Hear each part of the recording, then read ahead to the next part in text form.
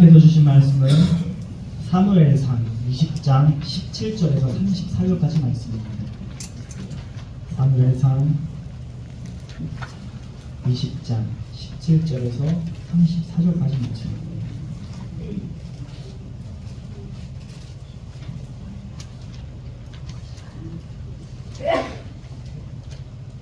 본문의 힘으로 17절만 제가 봉독하도록 하겠습니다. 다윗에 대한 요나단의 사랑이 그를 다시 맹세하게 하였으니 이는 자기 생명을 사랑함같이 그를 사랑함이었더라. 아멘. 이 시간 찬양대에 찬양이 됐습니다.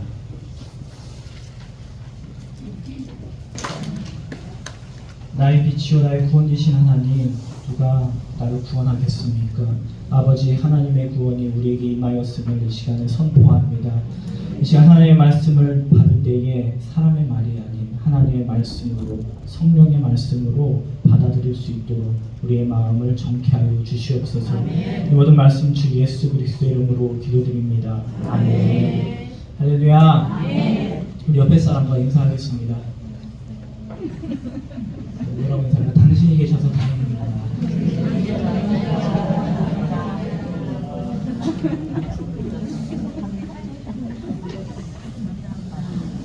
제가 옆에 사람과 인사하는 거에 대한 압박이 너무 많이 생겨가지고 적고 있어요. 적고 있어서 계속 자료를 보고 있습니다. 한 주일 동안 어떻게 잘 지내셨습니까? 지금 세상이 평안하고 조용한가요? 시끄럽고 싸우고 갈등이 많고 난리가 났습니다. 어떤 갈등이 지금 있습니까? 네? 뭔 갈등이요? 그게 뭐예요? 계파 갈등? 네, 그런 것도 있고, 지금 정부와 또 전공 의사들의 갈등이 있습니다. 그래서 이제는 정부가 의사 단체에 이제 압수수색을 하겠다라고 이제 초강수를 두었습니다. 지금 전공의들이 집단 행동을 하고 있죠. 그래서 내일부터 정부가 전공의들이 복귀를 하지 않으면 행정처분과 고발을 하겠다. 그리고 의사들은 지금 뭐하고 있습니까? 오늘 아마 서울에서 대규모 집회를 열어서 시위를 할 예정이라고 합니다. 바로 이런 갈등이 잘 풀려서 우리 의료에 차질이 없기를 기원합니다. 할렐루야. 여러분들 갈등이 있으신 분들이 있으시죠? 없으신 분들도 계실 것입니다. 어떤 갈등은 잘 풀리는 갈등도 있지만 또 어떤 갈등은 사람의 힘으로 절대 풀 수 없는 것들이 있습니다. 아무리 화해를 시키려고 해도 꼭 물과 불 같아서, 그리고 물과 기름 같아서 절대로 융합될 수 없는 그런 관계들이 있다는 것입니다. 이런 관계를 우리는 뭐라고 부릅니까? 따라해보시기 바랍니다. 원수.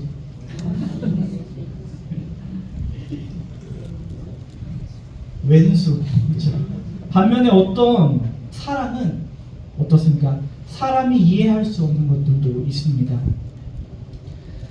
사랑이라고 우리가 말을 하지만 우리가 아는 그런 사랑과는 차원을 달리하는 사랑도 있다는 것입니다. 즉 하나뿐인 독생자를 이 땅에 보내셔서 십자가에 죽게 하신 하나님의 아버지의 사랑이 바로 이러한 사랑입니다. 우리는 절대 이해할 수 없는 사랑입니다. 오늘 본문에서는 사람의 힘으로 절대로 풀 수 없는 갈등 관계가 나오고 있습니다. 누구와 누구입니까? 사울과 다윗의 관계입니다. 그 중간에 오늘 누가 있습니까? 요나단. 이 두 사람 사이를 오고 가며 갈등 관계를 풀려고 아주 애를 쓰고 있지만 하지만 소용이 없었습니다. 여러분들도 중간의 입장에서 애매할 때 있습니까? 없습니까? 다들 중간의 입장에만 계시나 봐요. 그렇죠? 근데 이런 갈등 관계를 우리가 분석을 해보면 세 가지로 우리는 나눌 수가 있다고 합니다. 첫 번째로 갈등에 있어서 서로가 마주보는 구조. 이런 갈등은 어떻습니까? 금방 끝이 납니다. 예를 들어서 한창 자라는 남자애들, 서로 어떻게 합니까? 주먹 쥐고 싸우죠. 그러면 어떻게 됩니까? 그냥 그걸로 땡 끝나버립니다. 한 번 싸우고 나면 그들은 더 친해지고 그 갈등은 풀어지는 관계입니다. 두 번째는 서로가 등을 돌리고 있는 단계. 이것도 금방 끝납니다. 그쵸? 처녀와 총각이 맞선 자리에 만났습니다. 소개팅을 합니다. 그런데 어때요? 서로 마음에 들어요? 마음에 들지 않아요? 마음에 들지 않습니다. 그러면은 그 갈등이 오래 갈까요? 오래 가지 않습니다. 그냥 돌아서면 끝나는 관계입니다. 마지막으로 이 한 갈등의 구조는 한쪽이 상대방을 쳐다보고 있는데 그 사람은 다른 한쪽을 바라보는 이런 갈등. 문제는 이런 갈등이 정말 오래 간다는 사실입니다. 예를 들어서 어떤 관계가 있을까요? 여러분들 짝사랑 혹시 해보셨어요? 한 번도 없으시죠? 한 사람은 한 사람을 계속 사랑하는데 그 사람은 어떻습니까? 그 마음을 알지 못하던가 그 사람에 대해 별 마음이 없을 때 이런 짝사랑은 오래 갈까요? 짧게 갈까요? 누가 말하셨어요? 이런 짝사랑은 아주 오래 갑니다. 저는 짝사랑을 해본 적이 없어요. 저는 쭉사랑을 합니다. 쭉사랑.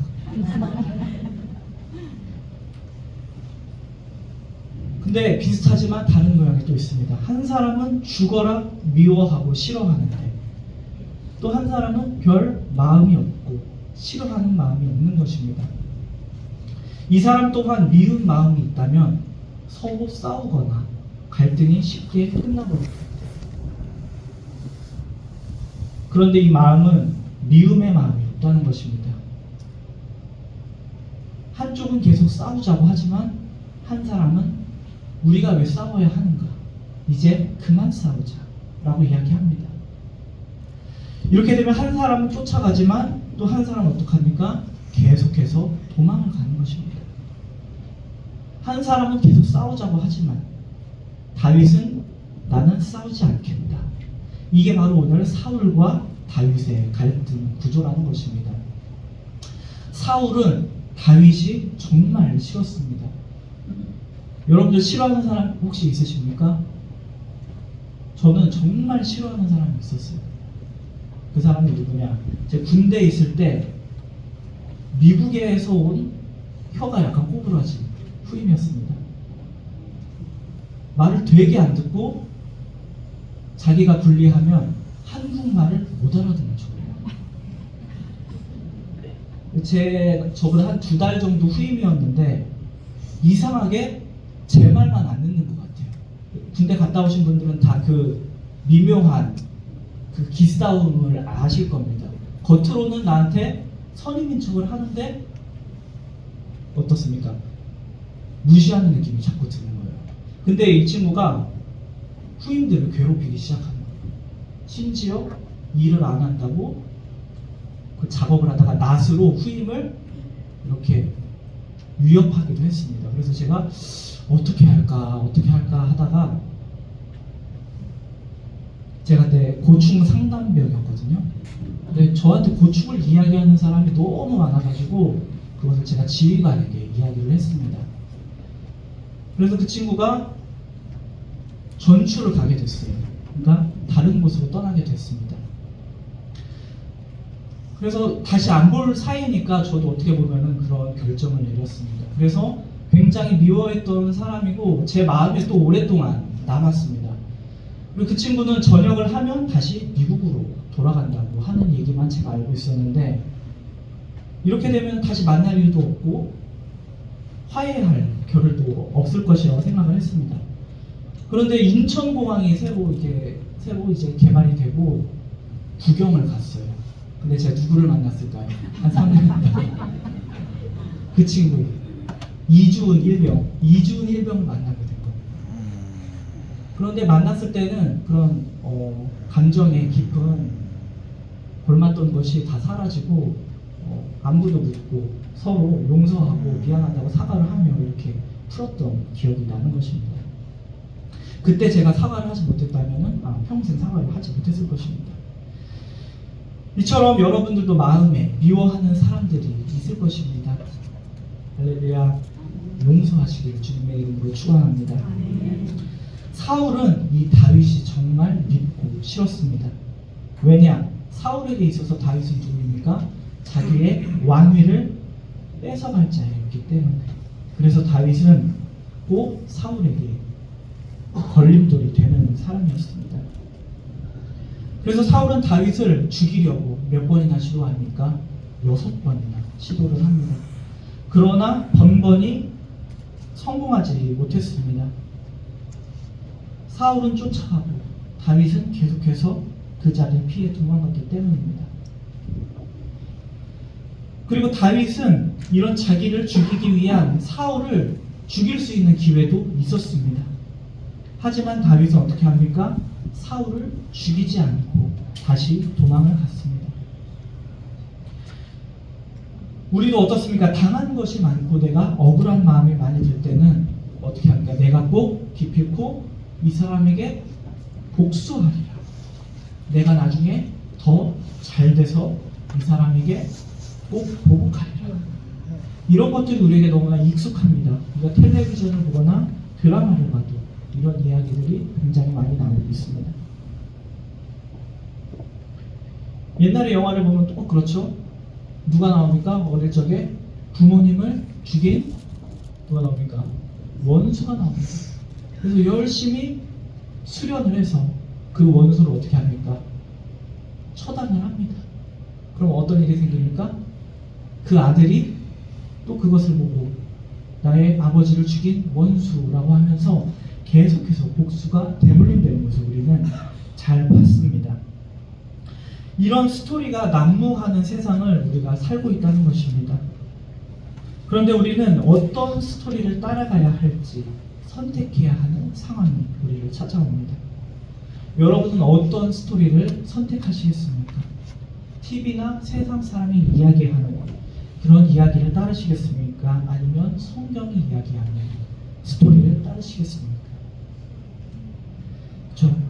세상의 이야기는 무엇입니까? 나를 공격하면 나 또한 맞대응해서 복수하는 것. 하지만 성경이 이야기하는 것은 분명히 다르다고 하는 것입니다. 할렐루야. 다윗은 스스로의 힘으로 사울과의 갈등의 관계를 마무리 짓지 않았습니다. 다윗은 사울을 공격하지도 않았고 보복하지도 않았습니다.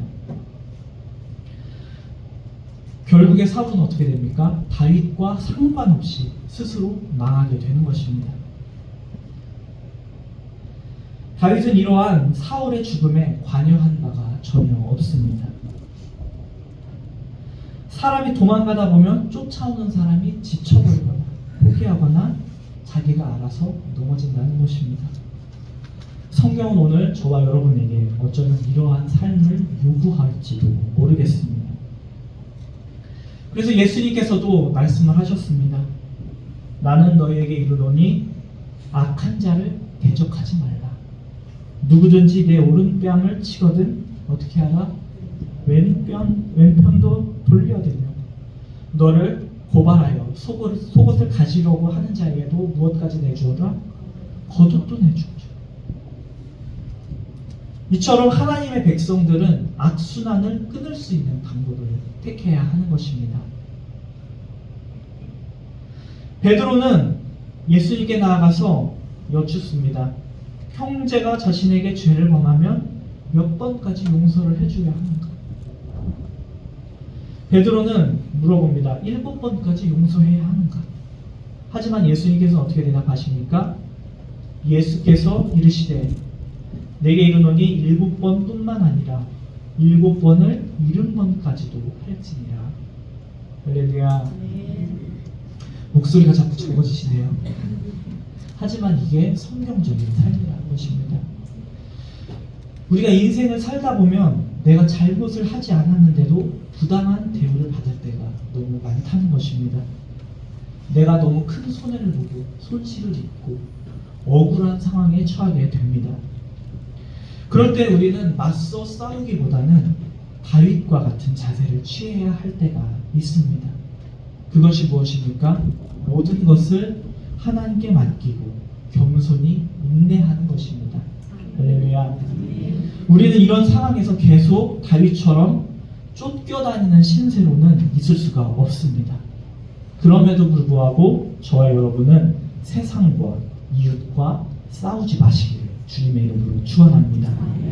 그렇다면 어떻게 합니까? 우리는 우리의 자리 안에서 인내하며 기도하며 우리의 사명을 잘 감당하면 되는 것입니다. 그렇게 참고 기다리다 보면 하나님께서는 분명히 이 상황을 잘 정리해 주실 줄로 믿습니다. 그때가 올 때 우리는 기다리며 이런 풀리지 않는 갈등 관계에서도 다윗처럼 잘 참고 인내하시기를 주님의 이름으로 축원합니다. 이제 사울과 다윗의 갈등 관계를 보았지만 이제는 요나단과 다윗 사이에 이런 사랑의 관계를 한번 살펴보도록 하겠습니다. 이 둘의 사랑은 굉장히 특별했습니다. 사무엘하 1장 26절에 보면 다윗이 슬픈 노래로 사울과 요나단의 죽음을 조상하고 있습니다. 그때 이렇게 다윗이 이야기를 합니다. 내 형 요나단이여, 내가 그대를 애통하면 그대는 내게 심히 아름다움이라. 그대가 나를 사랑함이 기이하여 여인의 사랑보다 더하였도다. 아멘. 어떤 사람들은 이 구절을 입각해서 요나단과 다윗이 동성연애를 했다고 주장을 하기도 합니다. 하지만 성경은 동성연애에 관한 이야기도 절대 하지 않고 있습니다. 이것은 우리가 전혀 대꾸할 가치도 없는 일일 것입니다. 할렐루야. 앞서 서두에도 말씀드렸지만 어떤 사람, 우리가 절대 이해할 수 없는 사랑이 있다고 말씀을 드렸습니다. 독생자 예수님을 이 땅에 보내셔서 십자가에 죽게 하신 하나님 아버지의 사랑, 우리가 알 수 없는, 우리가 헤아릴 수 없는 사랑일 것입니다. 그리고 사랑하는 아들 이삭을 모리아 산에 제물로 바치기까지 순종한 아브라함의 하나님에 대한 사랑, 이것도 우리가 쉽게 이해할 수 없는 사랑입니다. 그리고 또한 예수님에 대한 사랑으로 자신의 몸을 순교의 제물로 바치는 많은 순교자들의 사랑, 이것은 우리가 세상에 알 수 없는 사랑일 것입니다. 이러한 사랑은 말로 절대로 설명할 수 없는 사랑입니다. 하지만 이런 사랑은 하나님에 대한 믿음이 있으면 우리는 이해할 수가 있다는 것입니다. 요나단과 다윗의 이런 사랑이 바로 이러한 사랑입니다. 오늘 말씀 17절을 한번 읽어보도록 하겠습니다. 사무엘상 20장 17절입니다. 한번 읽어보도록 하겠습니다. 시작.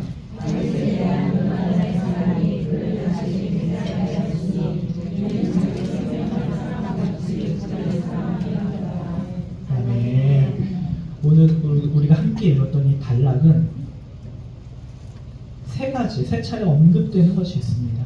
무엇이 있을까요? 3번 등장하는 단어가 있습니다. 사랑이라는 단어가 3번 등장하고 있습니다. 그리고 다음으로 보면은 요나단이 쏘는 화살이 3개입니다. 그래서 다윗과 요나단은 이 화살을 비밀신호로 삼았습니다. 그래서 화살이 이쪽에 있다고 하면 왕이 다윗을 죽일 생각이 없으니 사울 곁으로 돌아와도 된다는 사인이 있고, 또 화살이 앞쪽에 있으면 죽을 수도 있으니까 도망가라, 이런 사인이 있었습니다. 또 3번 나오는 것이 있습니다. 무엇이 있습니까? 바로 여호와의 이름입니다. 이후에 여호와께서 살아계심을 두고 맹세하노니, 그리고 22절에 여호와께서 너를 보내셨습니다. 그리고 23절에 보면 여호와께서 너와 나 사이에 영원토록 계시느니라. 아멘. 이렇게 다윗과 요나단의 사이에 대한 정체성을 바로 여호와라고 정의할 수가 있습니다. 이들은 여호와에 대한 믿음이 있는 사랑을 통해서 서로를 사랑했다는 것을 우리는 알 수가 있습니다. 요나단은 먼저 이렇게 이야기를 했습니다. 여호와께서 우리를 위하여 일하실까 하노라. 여호와의 구원은 사람이 많고 적음에 달리지 아니하느니라. 아멘. 이런 말을 하고 요나단은 부관 한 명만 데리고 블레셋 사람의 진영에 뛰어드는 용감한 모습을 보여준 적이 있습니다. 하나님에 대한 신앙이 없으면 불가능한 용기입니다. 그리고 다윗은 또 어땠습니까? 사무엘상 17장에 보면 다윗이 골리앗에게 나아갈 때 이렇게 이야기합니다. 너는 칼과 창과 단창으로 내게 나아오니와 나는 만군의 여호와의 이름, 내가 모욕하는 이스라엘 군대 하나님의 이름으로 내게 나아가니라. 이렇게 골리앗이 40일 동안 이스라엘의 군대를 모욕했지만 아무도 골리앗 앞에 나설 수 없었지만 소년 다윗이 어떻게 합니까? 여호와에 대한 믿음으로 나갈 수 있었던 것입니다. 우리가 이런 말을 통해서 요나단과 다윗은 하나님 앞에, 여호와 앞에 신실했던 신앙임을 의심할 수 없습니다. 다윗과 요나단의 관계에 있어서는 서로가 원수가 될 수밖에 없었던 그런 관계였습니다. 만일 이 둘 사이에 하나님에 대한 믿음이 없었다면 그 둘의 관계는 칼무림이 끊이지 않는 관계가 될 수도 있었습니다. 그 이유는 무엇입니까? 요나단은 이제 아버지를 이어 왕자를 지켜야 하는 왕자의 입장이었습니다. 그리고 다윗은 어떤 입장입니까? 차기의 왕좌를 물리치고 올라와야 하는 그런 입장이었습니다. 요나단은 지켜야 하는 입장, 다윗은 빼앗아야 하는 그런 관계였습니다. 그래서 두 사람은 결코 친해지기 어려운 상황이었습니다. 그런데 이 사람은 유래를 찾기 어려울 정도로 아름다운 사랑과 우정을 꽃피웠다는 것입니다. 어떤 일로 이런 것이 가능했을까?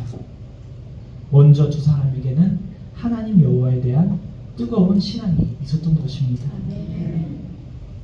그리고 두 번째로는 그 둘에게는 공동의 적이 있었다는 것입니다. 그리고 마지막으로는 두 사람 모두 영적인 질서를 잘 알고 있었습니다. 요나단이 보기에 다윗이 자기보다 하나님 곁에 있는 사람이라는 것을 깨달았기 때문에 하나님의 은혜가 더 풍성한 자로서 이스라엘을 다스리기에 합당한 자로 영적인 질서를 세우기 위해서 자기의 왕의 지위를 포기할 수 있었던 것입니다. 이처럼 하나님이 세우신 영적 질서에 대한 존중을 보여줬기 때문에 그를 세워줄 수 있었던 것입니다. 우리 원종교회도 이런 좋은 관계의 우정의 사례가 많이 나오기를 주님의 이름으로 축원합니다.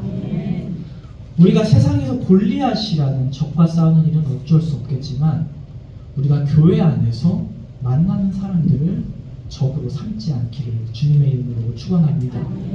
비록 우리가 성격이나 기질과 그리고 생각과 생존 방식이 다르기 때문에 갈등 관계의 상황에 처할 수는 있습니다. 하지만 우리가 하나님의 여호와에 대한 신앙을 충실하게 하고 또 사단이라는 공통의 적을 맞서 싸우는 전우의 입장으로 마지막으로 우리가 하나님 세운 영적 질서를 서로 존중한다면 우리도 다윗과 요나단이 될 수 있을 것입니다.